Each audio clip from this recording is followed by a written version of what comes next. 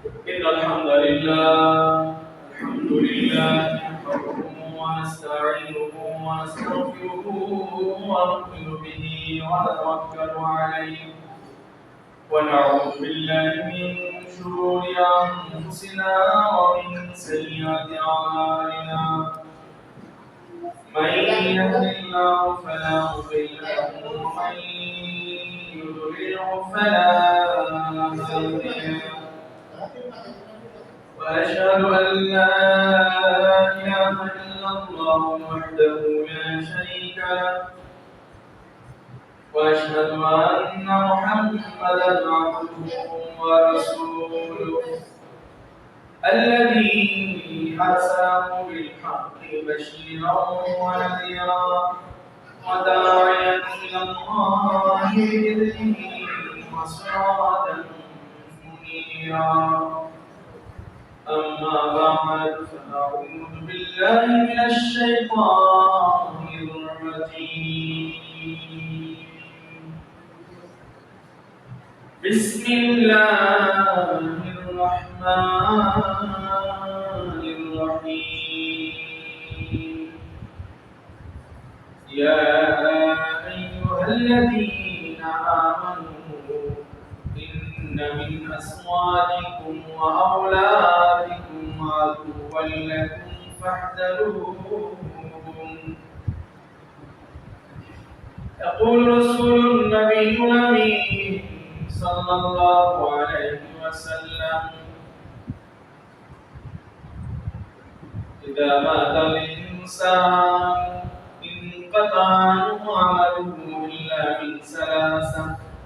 إلا من صدقة جارية أو ولد صالح يدعو له أو علم ينتفع به أو كما قال النبي عليه الصلاة والسلام اللهم صل على محمد وعلى آل محمد كما صليت على إبراهيم وعلى آل إبراهيم إنك حميد مجيد اللهم بارك على محمد وعلى آل محمد كما باركت على إبراهيم وعلى آل إبراهيم إنك حميد مجيد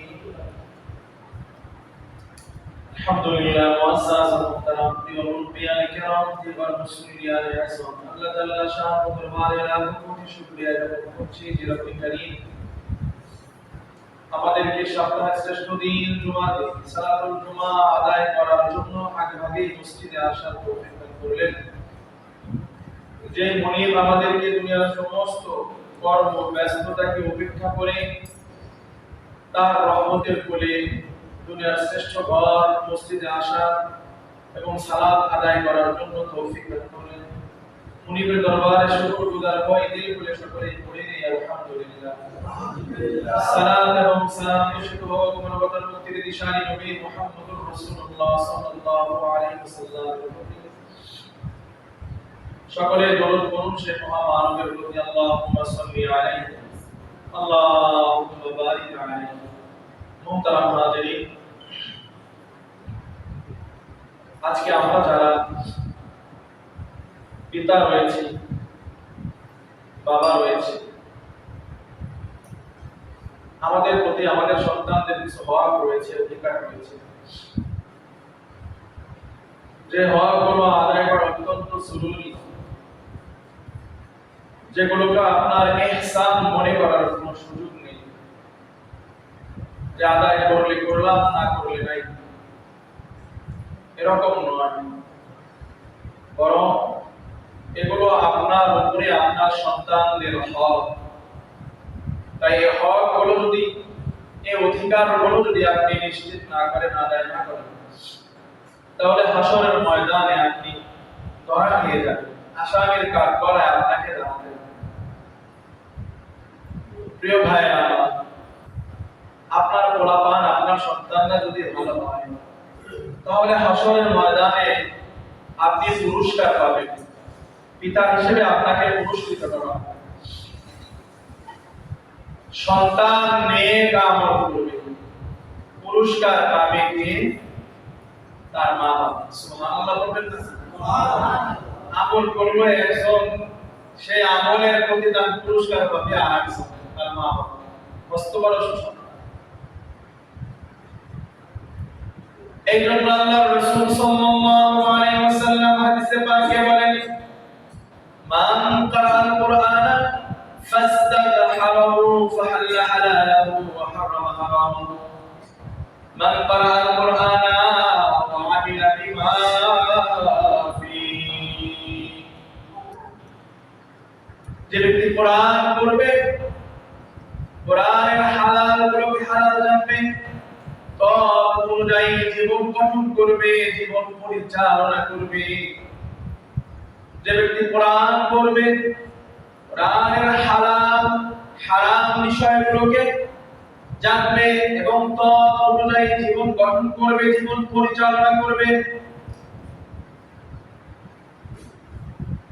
যে ব্যক্তি জানবে এবং মানবে, শুধু জানলেই হবে না, শুধু জানার নাম ইসলাম নয়, জানা এবং মানা উভয়টা সমন্বিত নাম হলো ইসলাম। আওয়াজ করে বলেন ঠিক কিনা?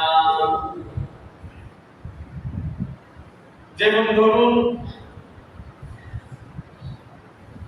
একজন পিতা যতই শক্তিশালী হোক, মা ছাড়া কখনো সন্তান হবে না। আবার একজন মায়ের সন্তান ধারণের ক্ষমতা, তার জরায়ু যতই স্ট্রং, শক্তিশালী, মজবুত হোক না কেন, বাবা ছাড়া সন্তান হবে না। আওয়াজ করে বলেন ঠিক কিনা? বৈদ্যুতিক লাইট, বৈদ্যুতিক ফ্যান, বৈদ্যুতিক মাইক, এসি এগুলো চলার জন্য বিদ্যুতের দুইটা তারের প্রয়োজন। একটা হলো নেগেটিভ আর একটা হলো পজিটিভ। আওয়াজ করে বলেন ঠিক কিনা? এই দুইটা তারের কানেকশন যদি একত্রিত হয়, তাহলে বৈদ্যুতিক বাল্বটা জ্বলে ওঠে, ফ্যানটা চলে, এসিটা চলে, মাইকটা চলে। আওয়াজ করে বলেন ঠিক কিনা? এই নেগেটিভ পজিটিভ এই দুইটা তারের মধ্য থেকে একটা তারের কানেকশন যদি ছুটে যায়, আরেকটা তার যতই মোটা, মজবুত, শক্তিশালী, পাওয়ারফুল হোক না কেন, বৈদ্যুতিক বাল্ব কিন্তু জ্বলবে না। আওয়াজ করে বলেন ঠিক কিনা?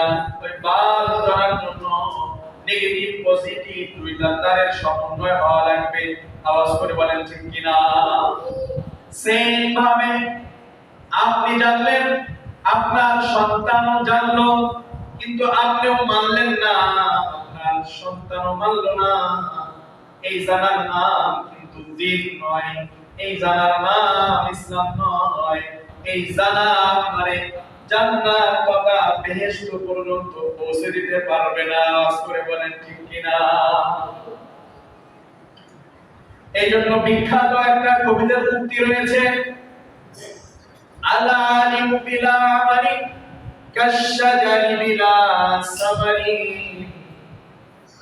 আমল বিহীন আলেম ওই বৃক্ষের ন্যায়, যে বৃক্ষ আছে কিন্তু ফল দেয় না।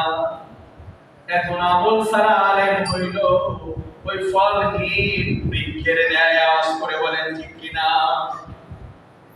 গাছ আছে, বাড়িতে গাছ লাগাইছে, গাছ খুব সুন্দর, বাড়ির পাশে আম গাছ লাগাইছে, জাম গাছ লাগাইছে, কাঁঠাল গাছ লাগাইছে। আম গাছ লাগাইছেন, আম দেয় না। জাম গাছ লাগাইছেন, জাম দেয় না। কাঁঠাল গাছ লাগাইছেন, কাঁঠাল দেয় না। ওই গাছের তেমন কোনো দাম আর থাকে না।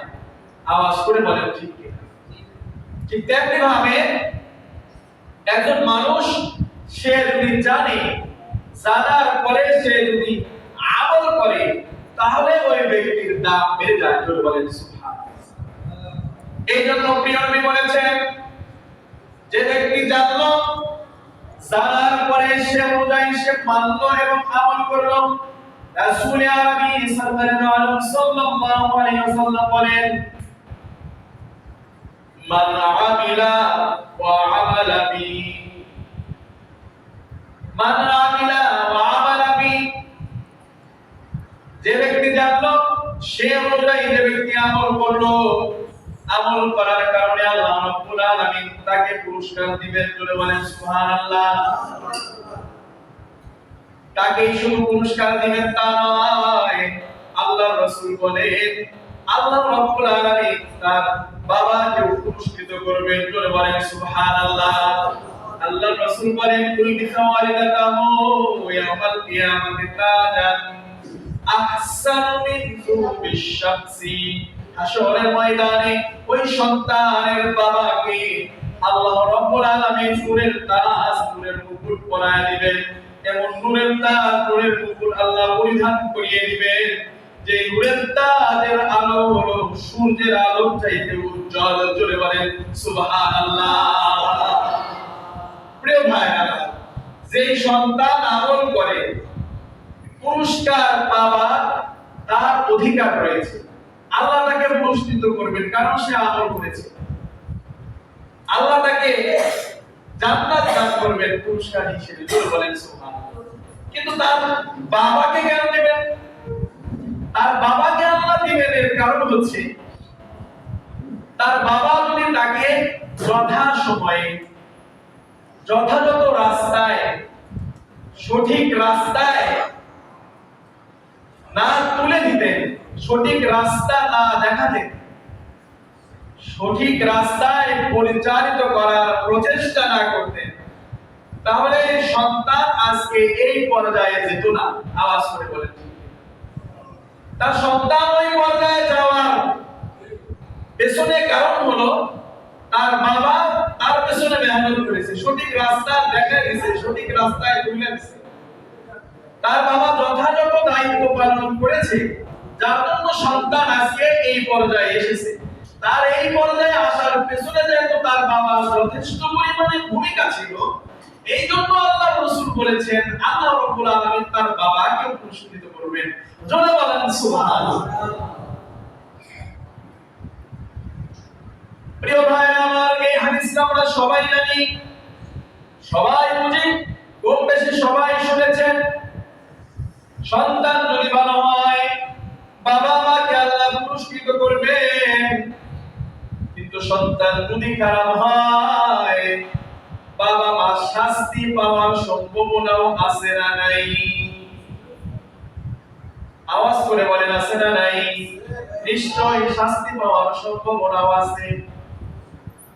এই জন্য আল্লাহ রাব্বুল আলামিন সূরা তাগাবুনের মধ্যে বলেছেন ইয়া আইয়ুহাল্লাযীনা আমানু ইন্না মিন আজওয়াজিকুম ওয়া আওলাদিকুম আদুওয়াল লাকুম ফাহযারুহুম। নূরের তাজ পুরস্কার দিবেন এই কথাটা আছে হাদিসে, কিন্তু আল্লাহ রাব্বুল আলামিন পবিত্র কোরআনের মধ্যে বলেছেন তোমাদের কারো কারো সন্তান তাদের দুশমন হবে, শত্রু হবে। জোরে বলেন না নাউযু বিল্লাহ। ইন্নামা আওলাদুকুম ইন্নামা আমওয়ালুকুম ওয়া আওলাদুকুম আদুওয়াল লাকুম। তোমাদের সম্পদ, ধন দৌলত, তোমাদের কারো কারো ধন সম্পদ এবং সন্তানাদি তোমাদের জন্য শত্রু হবে, দুশমন হবে, দুশমনি করবে। বলে বলেন নাউযু বিল্লাহ। হাশরের ময়দানে সন্তান যেদিন ধরা পড়ে যাবে সেদিন আল্লাহর কাছে বলবে আল্লাহ আমার মা বাবা যদি দায়িত্ব পালন করতেন তাহলে আজকে আমাকে জাহান্নামে যাওয়া লাগতো না। বলে বলেন নাউযু বিল্লাহ। আমার মা বাবা যথাযথ দায়িত্ব পালন না করার কারণে আজকে আমাকে তোমার আসামির কাঠ করায় দাঁড়ানো লাগছে। ও আল্লাহ, আমি চোর হয়ে দুনিয়ায় জন্ম গ্রহণ করি নাই, কিন্তু চোর হয়ে আজকে তোমার আসামির কাঠ করায় দাঁড়ায় গেছি। আমার বাবা যদি দায়িত্ব পালন করতেন যথাযথভাবে আমাকে চোর হিসাবে আসামি হয়ে দাঁড়ানো লাগতো না। চোরের শাস্তি নিয়ে আজকে আমি একা কেন জাহান্নামে যাব? আমার বাবাকে নিয়ে আসো। আল্লাহ আমি ডাকাতি করেছি কিন্তু ডাকাত হয়ে জন্ম নেই নাই, আজকে আমি আসামি হয়ে তোমার আদালতে দাঁড়ায় গেছি। আল্লাহ আমার বাবা যদি যথাযথ দায়িত্ব পালন করতেন তাহলে ডাকাত হয়ে তোমার সামনে দাঁড়ানো লাগতো না। আমার বাবাকে তুমি নিয়ে আসো, আমি একা জাহান্নামে যাব না। ও আল্লাহ আমি মত হয়ে তোমার আসামির কাঠগড়ায় দাঁড়ায় গেছি, কিন্তু আমি তো মত হয়ে দুনিয়ায় জন্ম নেই নাই। আমার বাবা যদি যথাযথ দায়িত্ব পালন করতেন আমাকে মত হয়ে আসামির কাঠগড়ায় তোমার সামনে দাঁড়ানো লাগতো না। আজকে আমি কেন একা জাহান্নামের শাস্তি ভোগ করব? আজকে আমার বাবাকে নিয়ে আসো, যে বাবা যথাযথ দায়িত্ব পালন করে নাই তাকেও আজকে তুমি নিয়ে আসো। তুমি বলেন নাউযুবিল্লাহ। আচ্ছা বলেন তো আসলেই কি কোনো সন্তান মদখোর হয়ে দুনিয়ায় আসে, চোর হয়ে দুনিয়ায় আসে, ডাকাত হয়ে দুনিয়ায় আসে? দেখেন রাসূল সাল্লাল্লাহু আলাইহি ওয়াসাল্লাম হাদিসে পাকে বলেন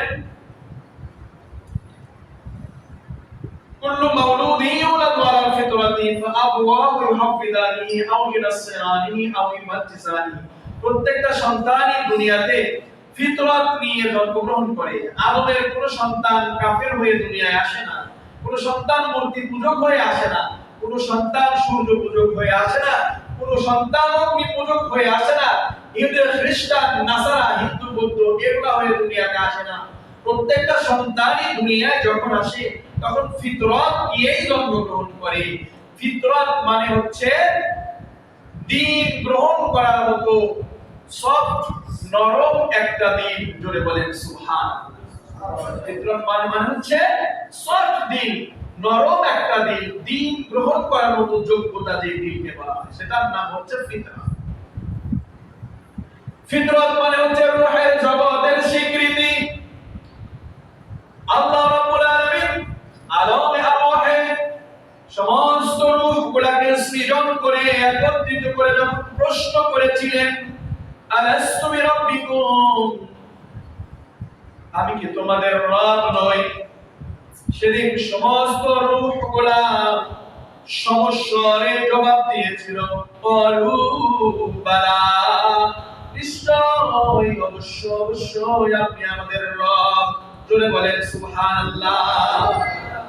এই যে স্বীকৃতি এটার নাম হচ্ছে ফিতরত।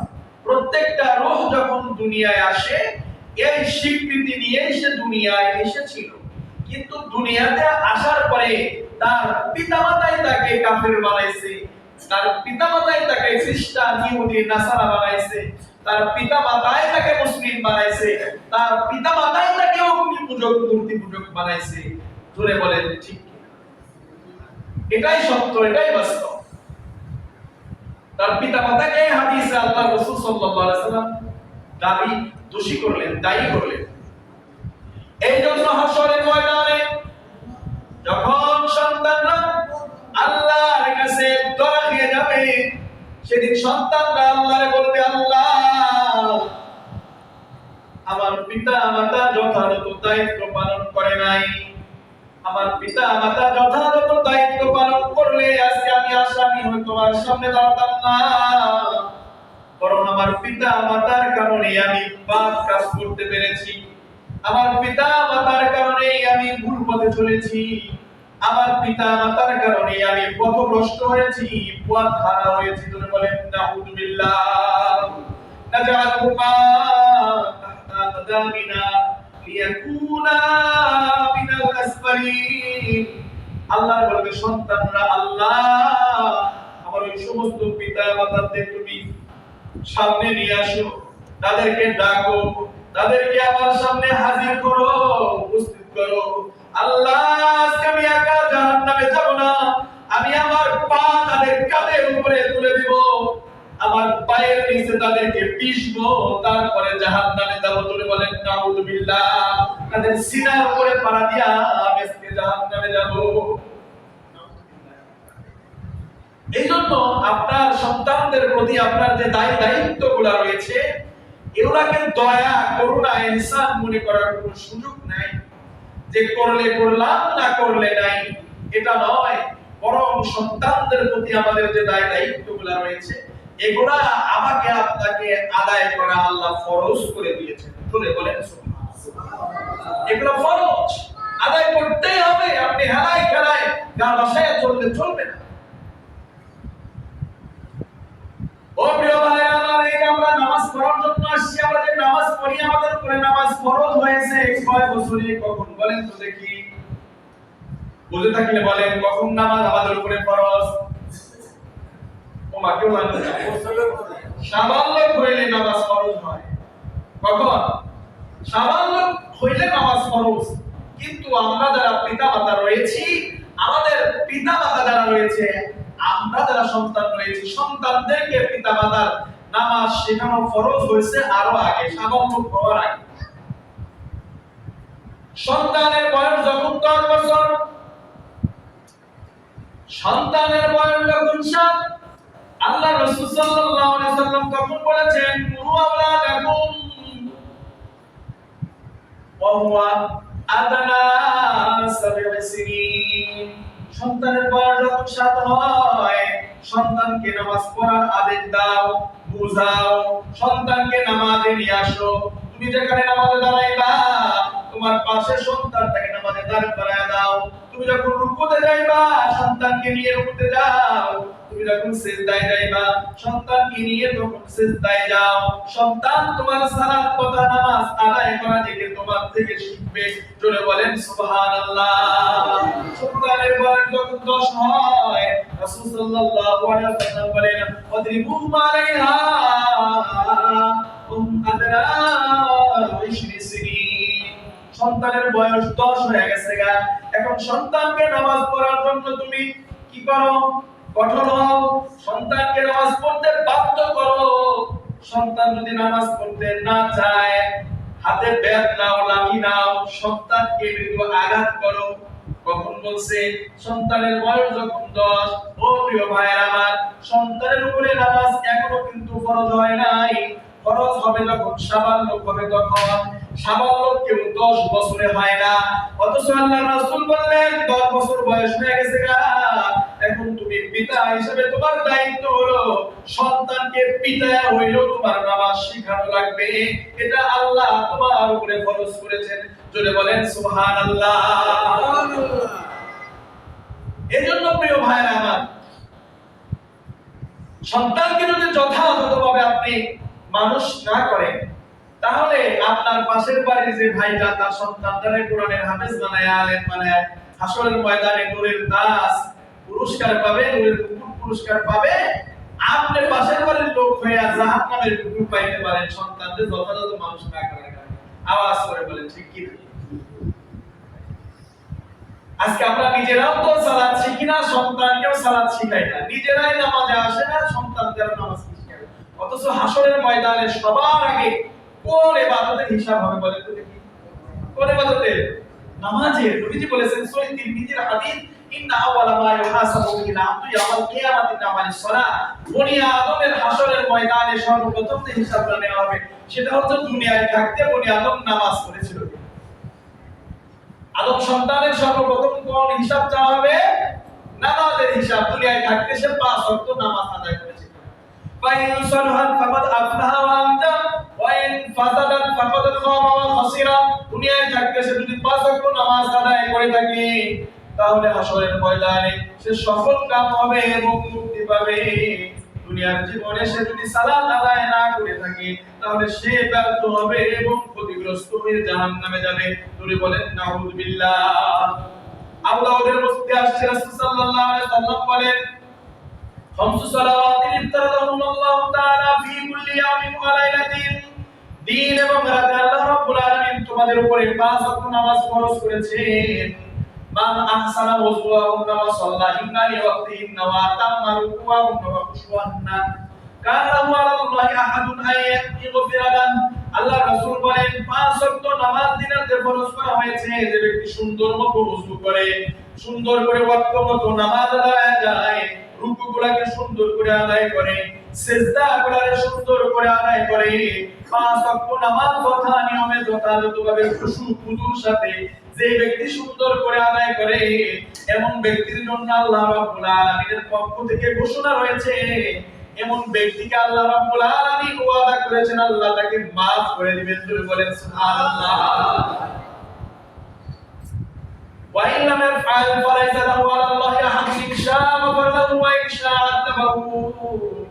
আর যে ব্যক্তি 5 ওয়াক্ত সালাত আদায় করে না, রুকুগুলা সুন্দর মতো করে না, সিজদা সুন্দর করে দেয় না, বিনয়ের সাথে নামাজ পড়ে না, খুশুর সাথে নামাজ পড়ে না, এমন ব্যক্তির জন্য আল্লাহর পক্ষ থেকে কোনো ওয়াদা নাই। আল্লাহ চাইলে তারে মাফ করতে পারে, আল্লাহ চাইলে তারে জাহান্নামে দিতে পারে। তুমি বলেন নাউযুবিল্লাহ। মুসনাদে আহমদের মধ্যে আসে রাসূল সাল্লাল্লাহু আলাইহি ওয়াসাল্লাম বলেন, মান হাফাযা আলাইহা কানাত লাহু নূরান ওয়া বুরহানান ওয়া নাজাতা ইয়াউমাল কিয়ামাতি। যে ব্যক্তি দুনিয়ায় থাকতে 5 ওয়াক্ত সালাতের হেফাজত করে, সুন্দর মতো বিনয়ের সাথে খুশুর সাথে নামাজ আদায় করে, রাসূল যেইভাবে পড়তে বলেছেন দেখা গেছেন সেইভাবে রাসূলের পদ্ধতিতে সালাত আদায় করে, আল্লাহ রাসূল সাল্লাল্লাহু আলাইহি ওয়াসাল্লাম বলেছেন এমন ব্যক্তির জন্য কিয়ামতের দিন নামাজগুলো নূর হবে, তার পক্ষে দলিল হবে। নামাজ তার জন্য হাসরের ময়দানে নাজাতের জরিয়া হবে। তুমি বলেন সুবহানাল্লাহ। ওয়া মান লাম ইউহাফিজ আলাইহা লাম তাকুন লাহু নূরান ওয়া বুরহানান ওয়া লা নাজাতা ইয়াওমাল কিয়ামাতি ওয়া কানা ইয়াওমাল কিয়ামাতি মা কানুন ওয়া ফিরাউন ওয়া হামান ওয়া উমাইয়া ইবনে খালদ। বলেন নাউযুবিল্লাহ। দুনিয়ায় থাকতে যে ব্যক্তি 5 ওয়াক্ত সালাতের হেফাজত করবে না, ওই ব্যক্তির জন্য নামাজ কিয়ামতের দিন নূর হবে না, দলিল হবে না। সেই ব্যক্তি জাহান্নামে যাবে, শুধু জাহান্নামে যাবে তাই নয়, ওই ব্যক্তির হাসর হবে কিয়ামতের দিন বড় বড় কাফেরদের সাথে, কারুন, ফিরাউন, হামান এবং উমাইয়া ইবনে খালদের সাথে। তুমি বলেন নাউযুবিল্লাহ। কিয়ামতের দিন এই সমস্ত লোকেরা এই সমস্ত বড় বড় কাফেরদের সঙ্গেই থাকবে। তুমি বলেন নাউযুবিল্লাহ। সূরা মুদাসসিরের 43 নম্বর আয়াতের মধ্যে আল্লাহ বলেন, ইয়াতাসাআলুনা আনিল মুজরিমিন মা সালাকাকুম ফি সাকার ক্বালু লাম নাকু মিনাল মুসাল্লিন। পাপিষ্ঠদেরকে হাসরের ময়দানে যখন জিজ্ঞাসা করা হবে সাকার নামক জঘন্য ভয়াবহ জাহান্নামে কেন আসলা, সেদিন পাপিষ্ঠরা বলবে ক্বালু লাম নাকু মিনাল মুসাল্লিন, দুনিয়ায় থাকতে আমরা নামাজ পড়ি নাই, দুনিয়ায় থাকতে আমরা মুসল্লি ছিলাম না, এইজন্য আজকে সাকার নামক জঘন্য ভয়াবহ জাহান্নামে আমাদেরকে আশা লাগছে। বলে বলেন নাউযুবিল্লাহ। আজকে নিজেরাও সালাতের গুরুত্ব দেই না, সন্তানদেরকেও সালাত শিখাই। আওয়াজ করে বলেন, নিজেরাও সালাতের গুরুত্ব দেই না। এখানে আযান হয়, মসজিদ পার করে মানুষ খেলতে যায়, এখানে আযান হয়, বিড়ি একটা ধরে সুন্দর করে টানতে টানতে মসজিদ পার করে চলে যায়। নামাজের সুন্নাত নামাজ মুয়াজ্জিন ডাকলেন, মুয়াজ্জিন ইকামত দিলেন, ইমাম সাহেব নামাজের জন্য দাঁড়ায় কেরাত করতেছে, তবুও ওই ব্যক্তি নামাজে আসে না। দোকান পানে বসে বসে এক হাতে সিগারেট আর এক হাতে চায়ের কাপ, এক গালে পান এক গালে সিগারেট আর এক হাতে চায়ের কাপ টানতেছে, ভিডিও টানতেছে, পানও খাইতেছে। নামাজ পড়ে যাবেন বলে ভাই নামাজে গেলেন না, এর সাথে কথাই বলা যায় না, নামাজ পড়ে কেরা কি খাইবে করে বলেন নাউযুবিল্লাহ। এই জন্য নামাজের গুরুত্ব আমাদের দেওয়া লাগবে, সন্তানদেরকেও নামাজ শেখানো লাগবে। আপনি পিতা, এই দায়িত্ব আপনাকে আল্লাহ দিয়েছেন। আপনি বাবা, এই দায়িত্ব সন্তানকে সালাত শেখানোর দায়িত্ব কাকে দিয়েছেন? কাকে দিয়েছেন? পিতাকে দিয়েছেন। কে দিয়েছেন? আল্লাহ দিয়েছেন। শুধু দিয়েছেন তাই নয়, এটা আপনার জন্য আল্লাহ ফরজ করেছেন। 7 বছর হইলে আদেশ করবা, 10 বছর হইলে নামাজ না পড়লে বাকি। প্রত্যেকটা পিতাই হচ্ছে তার সন্তানের কাছে দুনিয়ার শ্রেষ্ঠ হিরো। আওয়াজ করে বলেন ঠিক কিনা? সন্তানদের কাছে তার বাবাই হলো দুনিয়ার আসল হিরো। এজন্য প্রত্যেকটা সন্তান তার বাবারে ফলো করে, তার বাবার মতোই হতে চায়। আওয়াজ করে বলেন ঠিক কিনা? তাদের বাবা ডাক্তার, সন্তান ছোটবেলা হতেই ডাক্তার হওয়ার চেষ্টা করে, বাবারে ফলো করে। বাবা পাইলট, সন্তান পাইলট হওয়ার স্বপ্ন দেখে চেষ্টা করে। বাবা আলেম, সন্তান আলেম হওয়ার চেষ্টা করে। আওয়াজ করে বলেন ঠিক কিনা? এটাই দুনিয়ার নিয়ম। আপনি যেমন, আপনার সন্তান তো তেমন হওয়ার চেষ্টা করবে। আওয়াজ করে বলেন ঠিক কিনা? আপনি যেমন, আপনার সন্তান ঠিক তেমনই হবে, এটা স্বাভাবিক নিয়ম। ইল্লা মাশাআল্লাহ বোঝাটা ব্যতিক্রম হতে পারে। এজন্য আপনি যদি সন্তানকে ভালো হিসেবে মানুষ করতে চান, আপনাকে মনে রাখতে হবে আপনার আচরণ, আপনার বিহেভ কেমন হবে, সন্তানের সামনে নিজেকে এরকম ভাবে উপস্থাপন করবেন সন্তান আপনারা দেখে যেন ভালোটা শিখে, আপনার ভালো গুণগুলো যেন সন্তানের মধ্যে যায়। আওয়াজ করে বলেন ঠিক। সন্তানকে যদি সত্যিকার অর্থে ভাবে একজন মানুষ করতে চান, খাঁটি একটা কামলা, একটা কৃষকের মতো হওয়া লাগবে। আওয়াজ করে বলেন ঠিক কিনা? দক্ষ একজন কৃষক যেরকম ভাবে জমিনটায় কখন সার দেওয়া লাগবে, সেচ দেওয়া লাগবে, বীজ বপন করা লাগবে, আগাছা তথা কীটনাশক মারার বীজ দেওয়া লাগবে। একজন কৃষক যখন ওই জমির খোঁজ খবর যেরকম ভাবে রাখে, সন্তানদের যদি আপনি মানুষ করতে চান, আপনারও সেম ভাবে সন্তানের ব্যাপারে খোঁজ খবর রাখা লাগবে। আওয়াজ করে বলেন ঠিক কিনা? ইন্নাকা লা তাজনি মিনাশ শাওকিল আনাব। জমিনের মধ্যে যদি আপনি কাঁটাযুক্ত গাছ বপন করেন, আপনি সেই কাঁটাযুক্ত গাছ থেকে আঙ্গুর ফলের আশা কোনোদিন করতে পারবেন না। আওয়াজ করে বলেন ঠিক কিনা? আম গাছ লাগায়া জাম আশা করলে বোকামি, কাঁঠাল গাছ লাগায়া তাল আশা করা বোকামি। আওয়াজ করে বলেন ঠিক কিনা? এই সন্তানকে আপনি যদি মানুষ করতে চান, জমিনের মধ্যে যে বীজ আপনি বপন করবেন, আলটিমেট সেই ফসলটাই আপনি পাবেন, সেই ফলটাই আপনি পাবেন। সন্তানকে তাই ভালো করে মানুষ করতে চাইলে আল্লাহ রাসূল সাল্লাল্লাহু আলাইহি ওয়াসাল্লাম বললেন, দক্ষ একজন কৃষকের ভূমিকায় তোমাকে অবতীর্ণ হওয়া লাগবে। আপনি যদি ক্ষেতের পরিচর্যা করেন, ওই ক্ষেতে ভালো ফসল হবে। আওয়াজ করে বলেন ঠিক, ভালো ফসল হবে। ক্ষেতের যখন যা দরকার আপনি পরিচর্যা করলে ভালো ফসল হবে, এটাই স্বাভাবিক। সন্তানকে যদি ভালো করে মানুষ করতে চান, এই জন্য জ্ঞানীরা বলেন কামা তাতি উদা, যেমনই কর্ম তেমনই ফল, যেমনই কর্ম তেমনই ফল।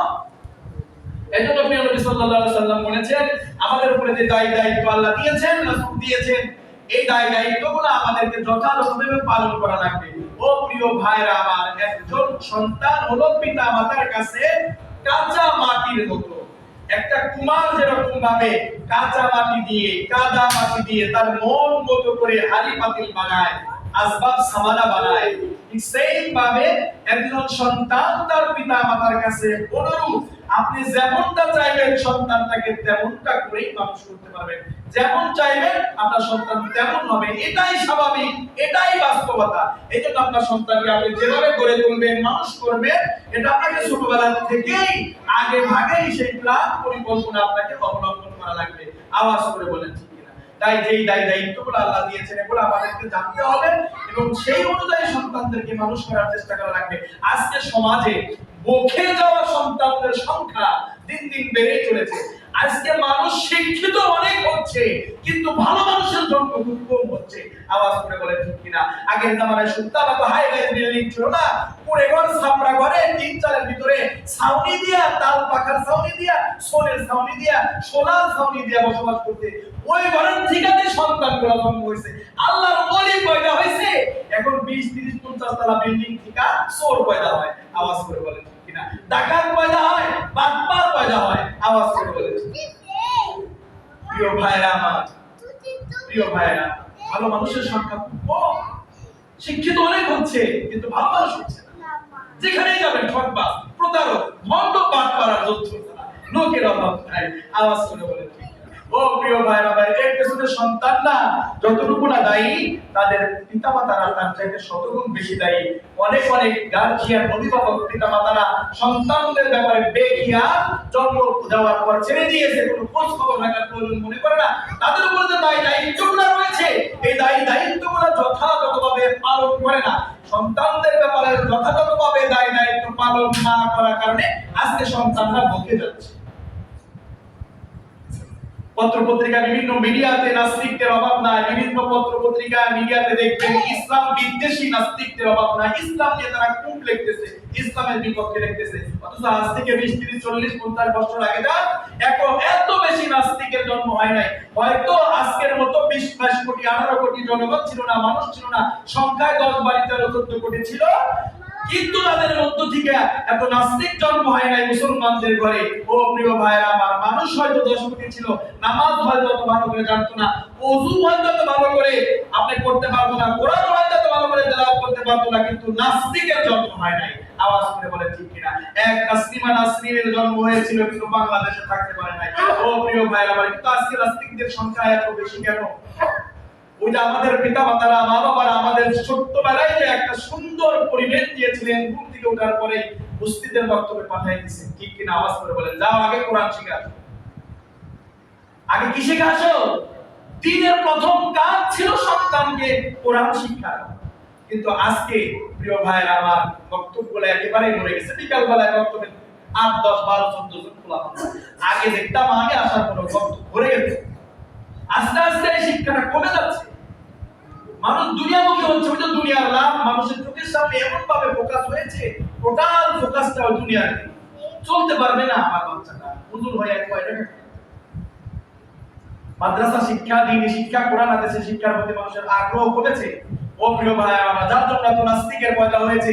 অথচ পরিবেশ এখন এমন চেঞ্জ হয়েছে, মাস্টার্স, অনার্স, একেবারে বাংলাদেশের সর্বোচ্চ শিক্ষা দীক্ষায় শিক্ষিত অনেক ডাক্তার, অনেক ইঞ্জিনিয়ার, অনেক ম্যাজিস্ট্রেট এমন রয়েছে যারা আল্লাহর কোরআনটা পর্যন্ত দেখে দেখে পড়তে পারে না।